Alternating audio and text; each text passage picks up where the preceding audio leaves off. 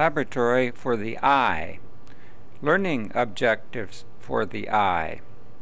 1. Be able to recognize and describe the histologic details of the cornea, sclera, ciliary body, iris, lens, and retina. And 2. Be able to recognize and describe the histologic details of the neural retina.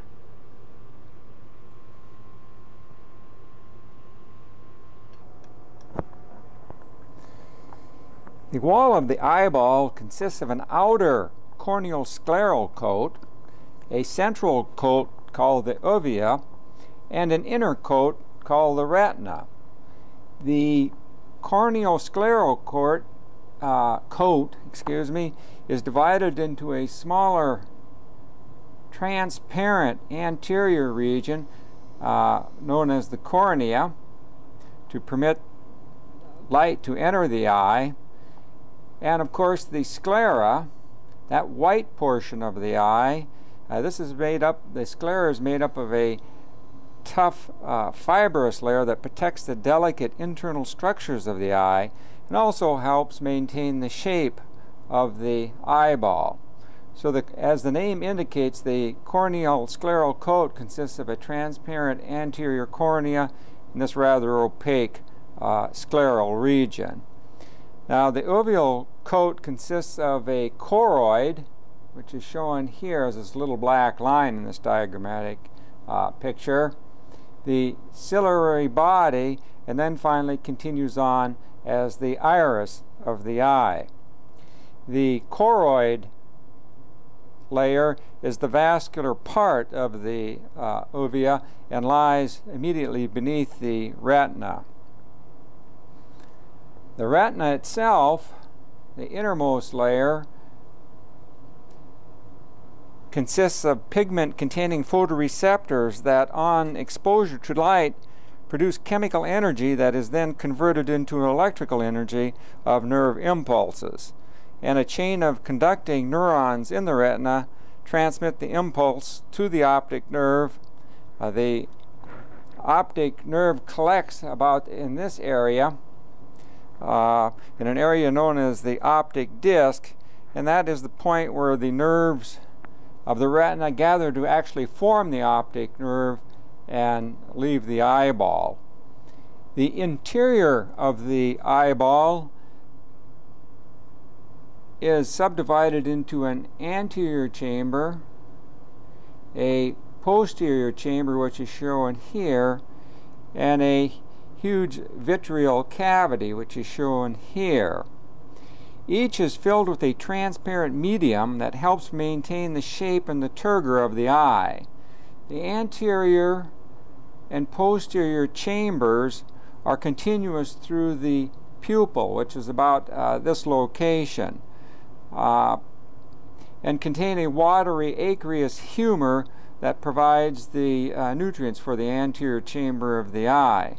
The large vitreal cavity behind the lens and filling the majority of the eye is filled with a viscous transparent gel called the vitreous humor or the vitreous body. And so this is sort of just the general overall picture outlay of some of the structures of the eye, showing how the eye is put together in a rather general sense. It should also be pointed out that the neural retina, which is shown right here at this location in this sort of stippled area, is actually only physically anchored at two major points.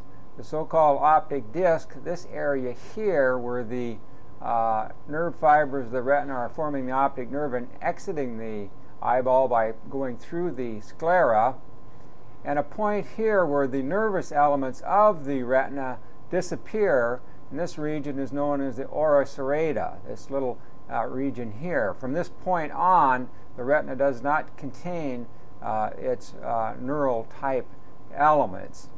So these 2 points are the only physically anchoring points of the retina.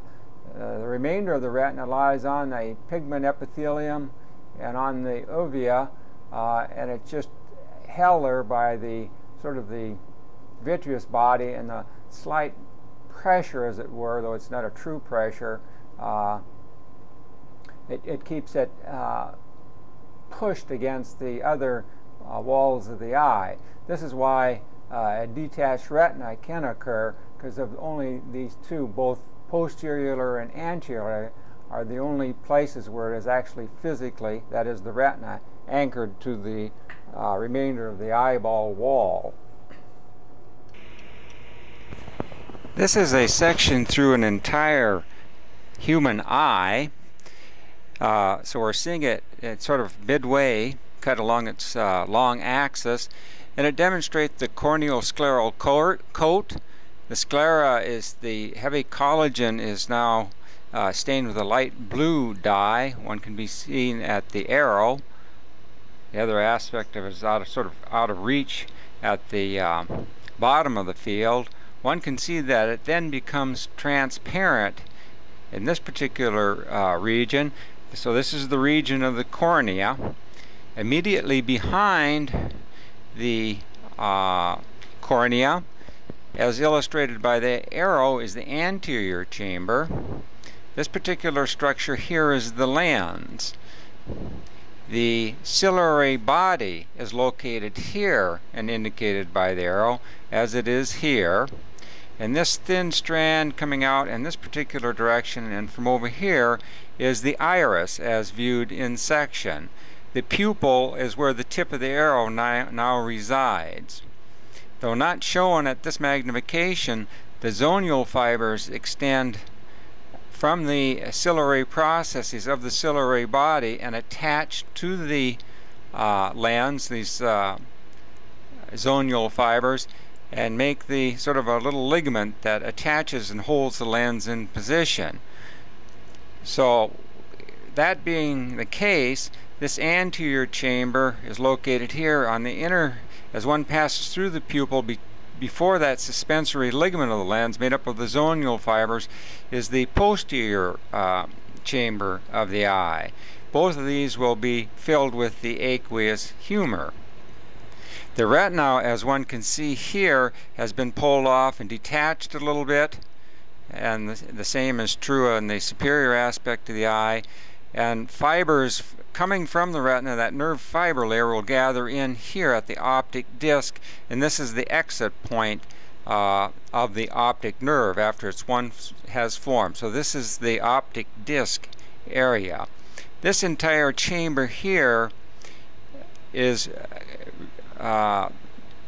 referred to as the vitreous chamber, and it contains the vitreous component of the eye, or the vitreous body, a gelatinous polysaccharide type of material.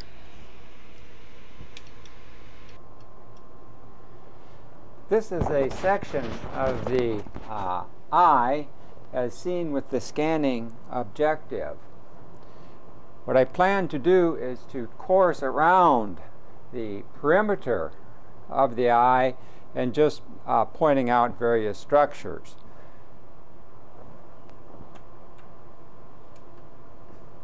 This particular structure now occupying the field of view is a section through the cornea, as seen at low power. The corneal epithelium, which would be on the outside of the eye, is indicated at the tip of the arrow. This large blue stained area is the substantia propria, or the stroma of the cornea, and barely visible, a small layer of cuboidal cells, is the corneal endothelium. The arrow now is residing within the anterior chamber of the eye. Now, as one peruses and courses around the cornea of this human eye, one will see shortly the substructure will begin to change.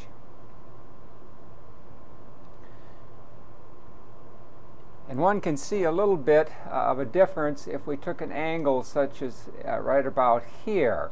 This would be transparent cornea, this rougher textured material is the sclera just coming into, or the white portion of the eye just coming into the field of view.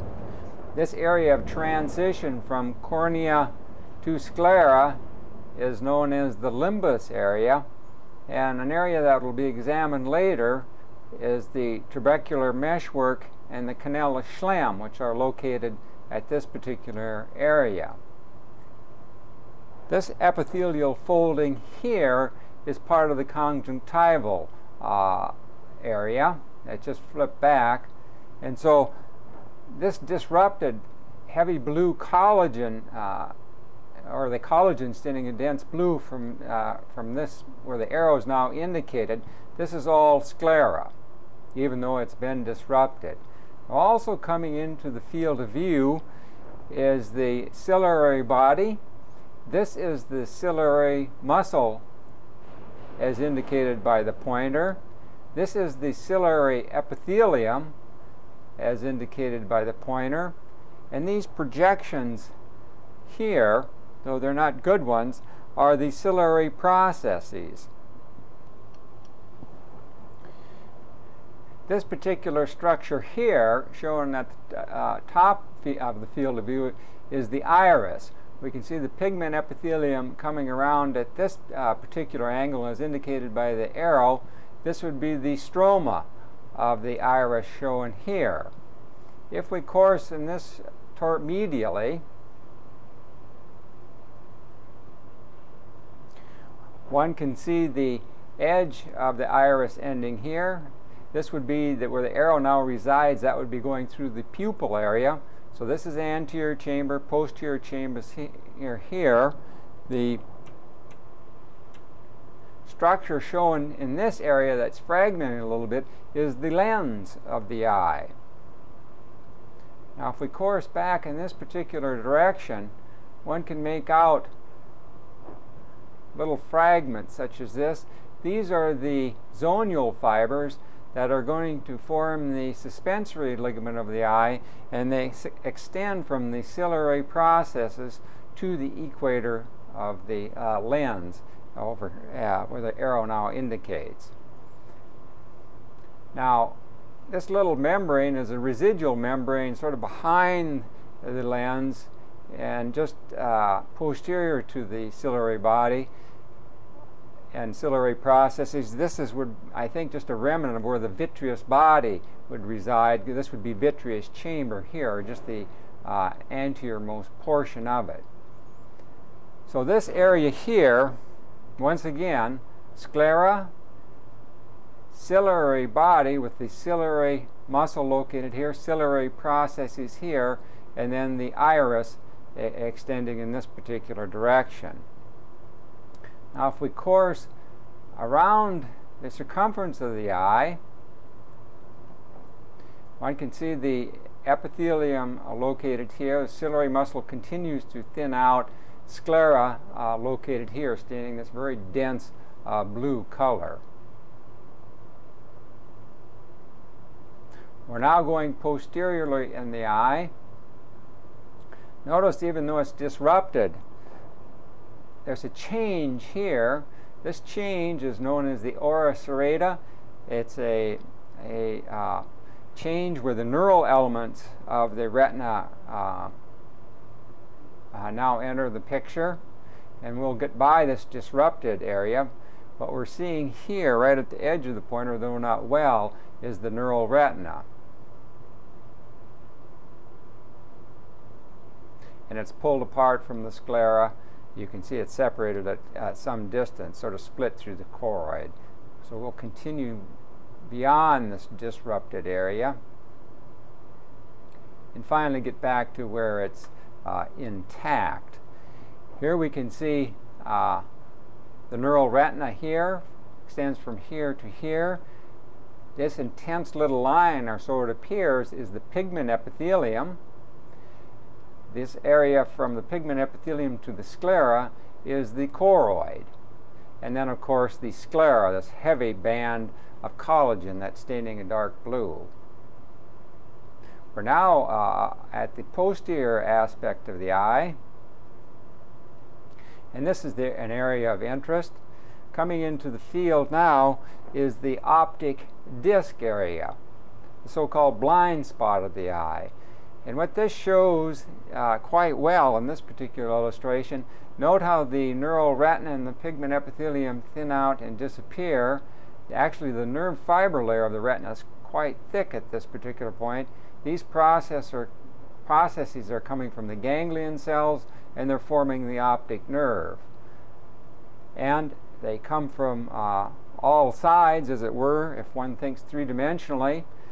So the retina stops, and the optic nerve, developing optic nerve fibers penetrate through the sclera at the optic disc.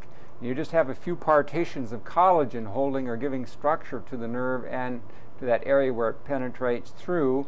This area is known as the area cribosa. So this whole area here, as seen with the scanner, is the region of the optic disc.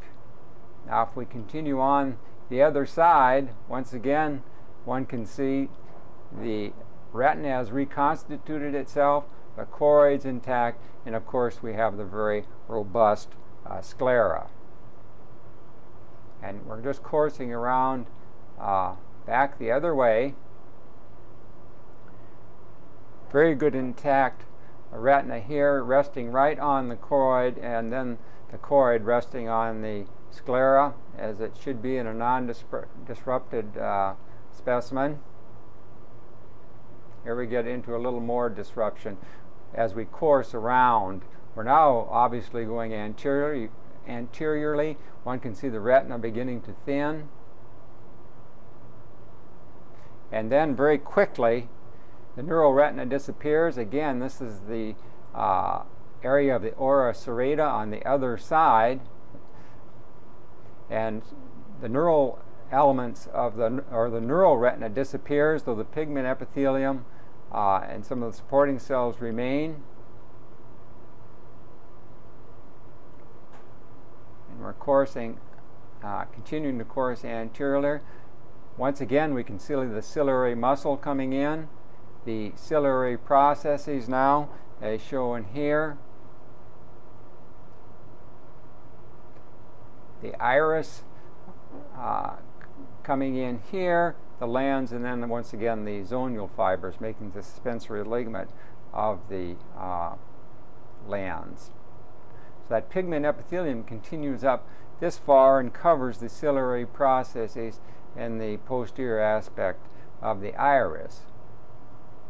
We're now approaching the cornea, which would be up here. This is the area of the limbus. Here you can see that trabecular meshwork and the canal of Schlemm there. So this has to be anterior chamber. This is conjunctival type of epithelium. Right here, which would be on the interior surface of the eyelid, and then that reflects back over, and this is becoming cornea once again. One can see a difference in the texture and that transparency, and then the layers so typical of the cornea. So that's a quick perusal around the circumference of the eye. And now look at some of these regions at increased magnification and in greater detail. This is a portion of the cornea as seen at increased magnification. The arrow now indicates this epithelial layer. This is the corneal epithelium, made up of a stratified, non-keratinized type of epithelium, a stratified squamous epithelium. It rests on a homogeneous membrane, a modified basement membrane shown about at the tip of the pointer, referred to as Bowman's membrane. This region here is all substantia propria of the cornea, made up of parallel lying lamellae of collagen fibers that give it its transparency, this highly sophisticated organized layering of these lamellae, plus their hydration accounts for its being very transparent. The cell type supporting these collagen lamellae is the keratocyte. And finally, as we get to the interior, this is the cube-like layer of cells, is the corneal endothelium, and it lies on another thickened membrane known as Descemet's membrane, as indicated at the tip of the arrow. So this is the appearance of the cornea as seen at increased magnification. This is another section of cornea as seen with the hematoxylin and eosin type of preparation, showing at the tip of the arrow the epithelium, that is the corneal epithelium, Bowman's membrane, right underneath it, that thin homogeneous layer. This entire thickness here, as indicated by the arrow, is all substantia propria, or the stroma of the cornea. One can see the collagenous lamellae as it's pulled apart in various places. You can somewhat visualize that, like at the tip of the arrow. And these are the nuclei of the keratocytes that are these cells that are maintaining these corneal lamellae made up of collagen fibers. This row of cells down at this particular point are the corneal endothelial cells, and Descemet's membrane lies just on the substantia propria side of the endothelial cells. So those corneal endothelial cells actually are lying on this Descemet's membrane, which is not very visible on this particular preparation. This particular field is a relatively high power field of the human cornea, showing overlying corneal epithelium. This homogeneous barrier lying where the tip of the pointer now resides is a huge modified basement membrane known as Bowman's membrane, and just beneath it and filling up this area, we're just getting a portion of the stroma of the cornea. The stroma of the cornea oftentimes is referred to as the substantia propria. Also shown fairly well on this particular section are the so-called keratocytes, the cells within the substantia propria. These are their nuclei and part of the cytoplasm, lying between the broad corneal lamellae made up of collagen fibers that run sort of parallel to the surface of the cornea. This is a relatively high magnified area of the lens of the human eye, and what this portion of the lens, which is taken near the equator, sometimes referred to as the bow area of the lens, shows the capsule of the lens, or the lens capsule, lying at this particular location, anterior lens cells. And what's interesting about this area, it shows their incorporation and migration into the interior of the lens, where they become lens fiber cells, and as they migrate in and mature, they elongate, and finally their nuclei liquefy and are lost, so they may maintain strange junctional complexes with one another in that ball and socket type of configuration. So now that we've entered where the arrow is, now getting into the interior of the lens substance, the nuclei have totally disappeared. But one can make out some of the lens fibers as they're streaking around in their associated nuclei. But this is taken from the bow area of the lens, or near the equator, where the zonal fibers are going to be inserting near here, but just shows this migration of anterior lens cells and their incorporation into the substance of the lens, where they will become the lens fibers. This is another segment of lens taken with the plastic prepared type of material near the bow area of the lens, or near its equator, showing the anterior lens cells here, And once again, perhaps showing a little bit clearer and better the migration of the anterior cells into the lens and becoming the lens fiber cells. One can see the processes, if one looks very carefully, extending as these cells flatten and elongate markedly. And so this particular field shows quite beautifully this elongation of these cells and their continued development as they enter into the lens substance.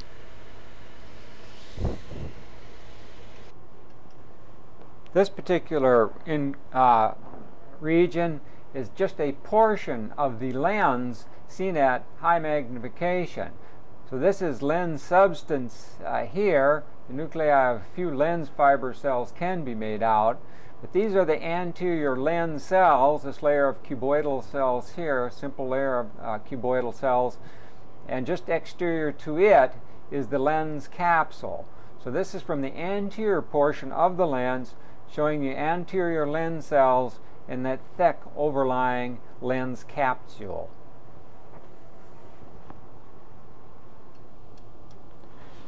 This is a transmission electron micrograph courtesy of Lynette Feeney Burns of the Department of Ophthalmology here at the University of Missouri. This particular figure illustrates, and remember this is a transmission electron micrograph taken near the equator of a human lens, and what it demonstrates is the lens capsule as indicated and shown by the pointer, that thick homogeneous proteoglycan type of material. Also at the very top and associated with the external surface of the lens capsule, note these filamentous structures as indicated by the tip of the arrow. These in fact are actual zonule fibers associated with the exterior surface of the lens capsule. Remember, this is the equator of the lens.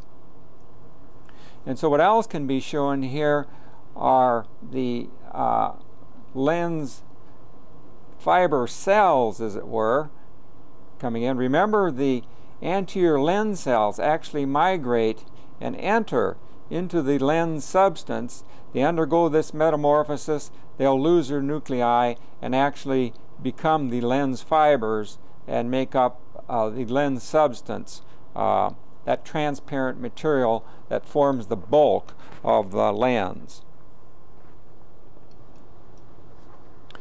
This is another transmission electron micrograph illustrating the ultrastructural features of more mature lens fiber cells taken from the lens cortex. So each one of these structures is now being traced by the arrow and is in perfect alignment one with the other are these lens fiber cells. Note on this particular aspect the last of the degenerating nuclei. So on the right-hand side, that side indicated by the arrow, that is going or in the direction of the capsule. These are the last, and they're sort of degenerating nuclei, and the cells, these lens fiber cells from this point on as they go to the left no longer have nuclei associated with them. They sort of liquefy and disappear, leaving you with these living anucleate, sort of transparent cells. Their cytoplasm, of course, is here. This dark outline you're seeing is the joined cell membranes between fiber cells. Now note another additional interesting feature. At various locations along and between these fiber cells, you have this ball and socket type of arrangement. So they fit very tightly together, giving them some degree of flexibility and mobility. If one asks the question, when the lens changes its shape during focus, how do these cells maintain contact closely together and yet allow a considerable amount of mobility when you think of it in ultrastructural levels and features? Well, this is one of the mechanisms that allows them to move, pivot, and yet are held tightly together. You can see the process of this lens fiber cell coming in and penetrating into its adjacent one. forming this ball and socket type of arrangement. Another one of these in this particular field is showing here with this cell that's just about to lose its nucleus. One can make out this little ball projection into the other one, forming another one of these ball and socket type of associations. So somewhere along their length, scattered along their length, these elongated lens fiber cells show this ball and socket arrangement, and this is one of the features that help hold them in close contact and allow for this considerable amount of movement as the lens will become thin or thick depending on the circumstance. This low-powered field of view shows several interesting features. This would be sclera where the pointer now is, but this region up here is the ciliary body. This being where the arrow now resides and is pointing out is the ciliary muscle. These projections from the ciliary muscle, this epithelial type of projections, are the ciliary processes. And if one looks very carefully, one can see these little fragments going across. These are the zonule fibers that are going to form the suspensory ligament of the lens, and just a portion of the lens is shown as indicated by the arrow. So the zonule fibers extend from the ciliary epithelium to the equator of the lens and form that suspensory ligament. This region here at the tip of the arrow is posterior chamber. This region is anterior chamber. This structure here is the iris, and one can make out the pigment epithelium and then of course the stroma of the iris at the tip of the arrow. A fairly close-up field that shows once again the lens capsule, anterior lens cells right at the tip of the pointer. This would be posterior chamber where the arrowhead now resides. The pupil will be over just beyond where the pointer is now. This structure cutting across the field is the portion of the iris near the pupil. So this is the anterior chamber here. This is the stromal substance, and this particular band of material here is the sphincter muscle of the iris. This is a high-powered field through a section of the iris, illustrating the pigment epithelium as indicated by the tip of the arrow. Also shown in this particular field are some of the fibers of the dilator muscle as seen in cross-section and at the tip of the arrow, occupying this particular area. The remainder of the field, this is mainly the stroma of the human iris. The anterior chamber would be located where the arrow now resides, the posterior chamber at this particular location. So this is a section through the iris seen at high magnification. This particular illustration shows several ciliary processes, as well as shows quite clearly the ciliary epithelium. The ciliary epithelium consists of an inner layer of non-pigmented cells, as indicated by the arrow, and an outer layer of pigmented cells. Also shown in this particular field are zonule fibers extending from the basal surface of the non-pigmented cells, these zonule fibers, and then will make their way to the lens and form part of the suspensory ligament of the lens. This high-power field of view shows the trabecular meshwork and the canal of Schlemm. As one will recall, the aqueous humor enters from the anterior chamber of the eye and enters these spaces, this meshwork, a labyrinth of spaces within the trabecular meshwork. These are endothelial lined cavities, and they finally enter and collect into the lumen of the canal of Schlemm, which is shown at the tip of the arrow. Now, several channels arise from the peripheral wall of the canal of Schlemm and join veins in the limbus and eventually drain into the episcleral veins. Now, obstruction of the drainage of the aqueous humor gives rise to interocular pressure that is a characteristic condition of results in glaucoma. So there is a flow, a continuous flow of aqueous humor, which is actually produced by the ciliary epithelium on those ciliary processes. It flows from the posterior chamber in front of the lens through the pupil to enter the anterior chamber of the eye, and once it reaches this trabecular meshwork, it enters these channels from the anterior chamber here, percolates its well through, collects into this tube that runs around the circumference of the eye, this canal of Schlemm.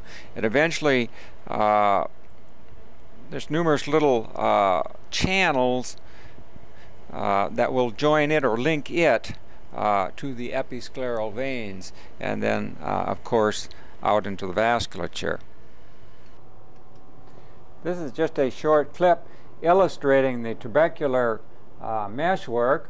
Remember, these are endothelial line spaces on that portion of the limbus where the cornea and the sclera join.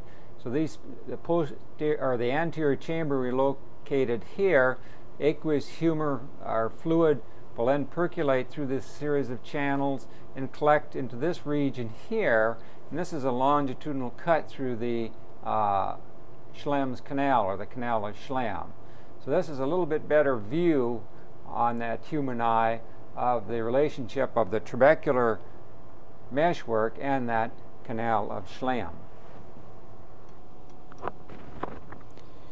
The actual neural portion of the retina consists essentially of a 3-neuron conducting chain that will ultimately form the nerve fibers of the optic nerve.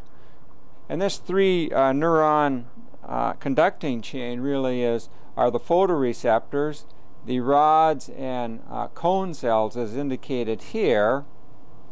They then conduct the impulse that is generated to bipolar neurons or bipolar cells, which will then ultimately go up and synapse with ganglion cells in this third of the neuron chain. It is the axons coming from these ganglion cells that will form the neural fiber network of the retina, that as it gets to the posterior aspect of the eye actually collect together and form the optic nerve in the region of the optic disc, where it exits actually from the eyeball. Now, in addition to these 3 elements of the neuron chains, that is the rods and cones of the photoreceptors, the bipolar neurons, and the ganglion cells, other intraretinal cells are present, and they're present as either association neurons, horizontal cells, amacrine cells fall in this category, or glial cells. So there are other cell types associated with the neural retina. Now, the entire retina consists of a pigment epithelium and this 3-neuron chain. So there's a difference between the so-called retina and the neural retina.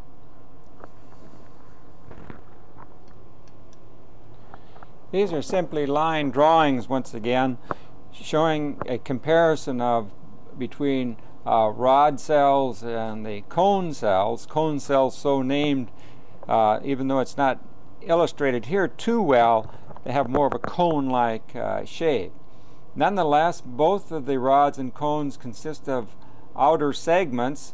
These are these membranous sacs that are going to be shed from the tops and be then phagocytized by the underlying pigment epithelium.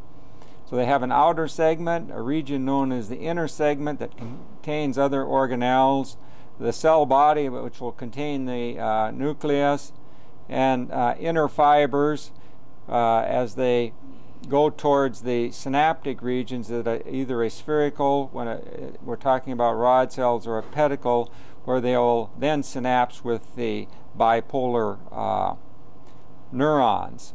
The pigment epithelium will be at this location, and these outer segments of the rods and cones are actually sort of sit down and are enveloped partially by the pigment epithelium of the retina.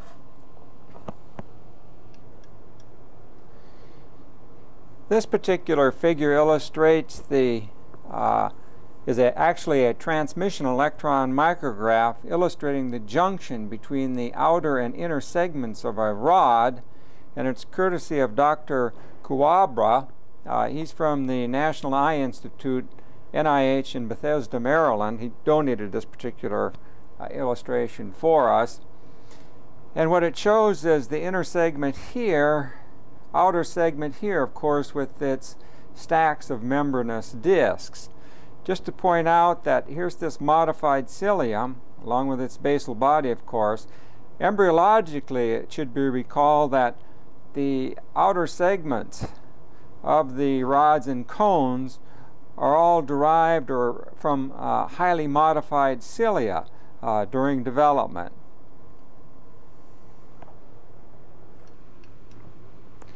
This particular illustration is simply a transmission electron micrograph, once again, of the membranous discs of the outer segment of a rod, just to give you an idea of some of the details of their morphology.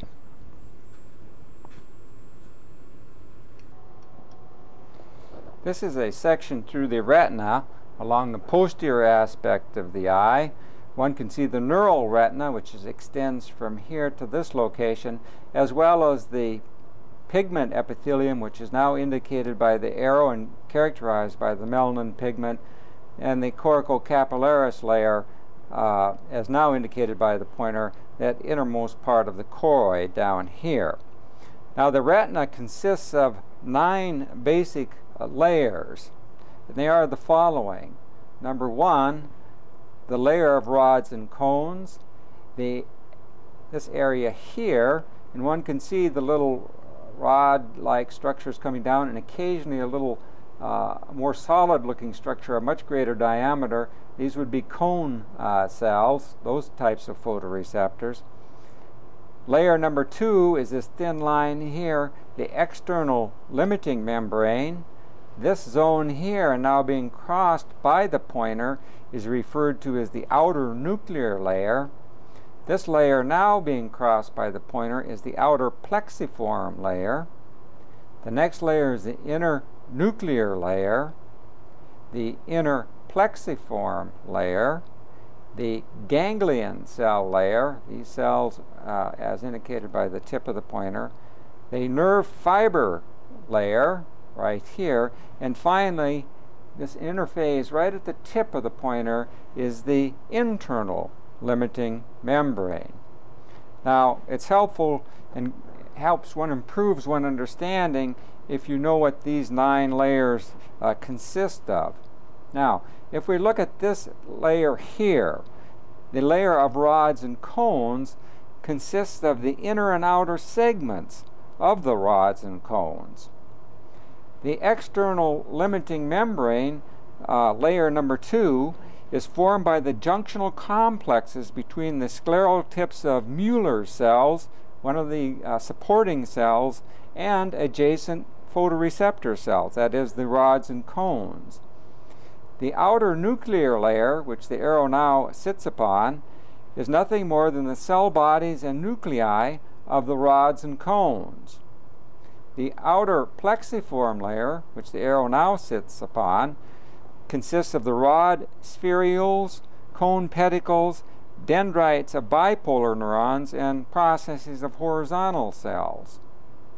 The inner nuclear layer, which now the pointer sits upon, consists of the nuclei of bipolar neurons, horizontal and amacrine cells, as well as the nuclei of that supporting cell known as Mueller cells. The inner plexiform layer consists once again of axons of the bipolar neurons, dendrites of ganglion cells, and the processes of some of the amacrine cells. The ganglion cell layer, which is shown here at the tip of the pointer, consists of the perikarya of the ganglion cells and a few scattered neuroglial cells. The nerve fiber layer, which the pointer now sits upon, are the non-myelinated nerve fibers from the ganglion cells, and there's some small neuroglial cells and processes from Mueller cells also occur there. Remember, this nerve fiber layer is going to receive, or as it goes posterior, will get thicker, and these axons coming from the ganglion cells are going to be what forms the optic nerve. And the inner limiting membrane is simply nothing more than the vitreal processes of Mueller cells, that supporting cell, and their basal lamina.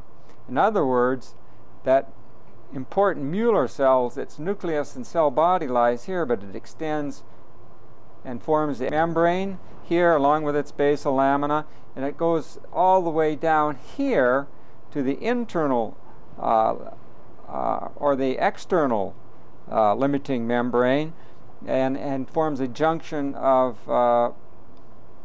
forms junctional complexes with the adjacent rods and cones. So the width of this cell is considerable, extending from this point to this point. Both the external limiting membrane and the here and the internal limiting membrane gives you the sort of the span or the width formed by Mueller cell. Its cell body and nuclei will be in this internuclear layer.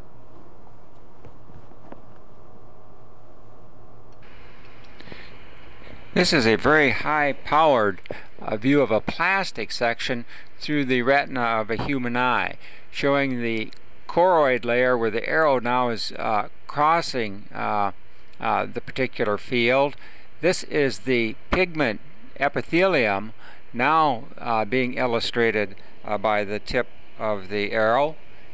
These are the outer segments, this whole field here, outer segments of the rods and cones.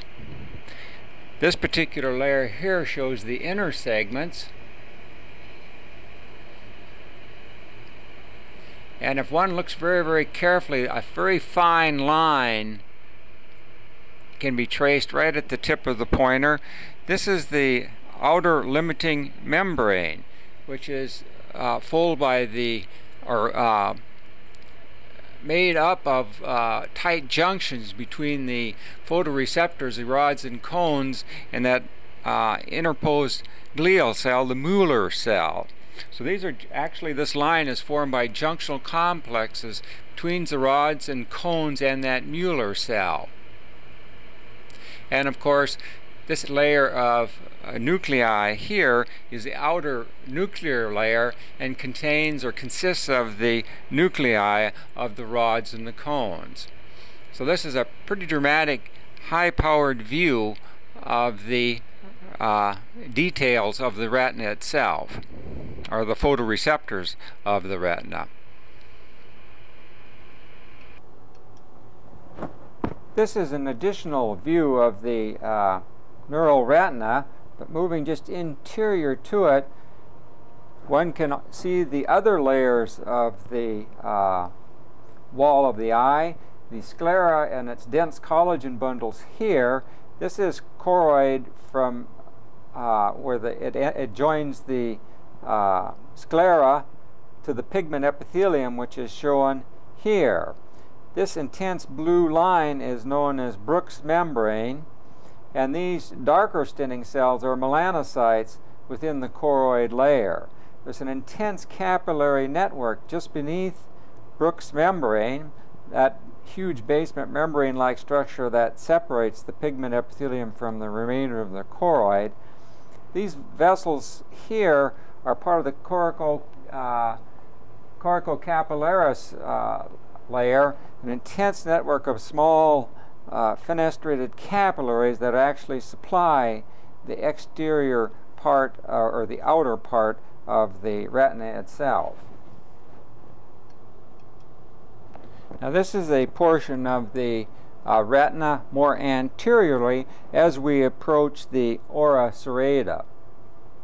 And one will notice there's a very abrupt junction at this point where the nervous component of the retina, or the neural retina, disappears. And that point is right here at the tip of the arrow. So this region, or that demarcation line, is known as the ora serrata.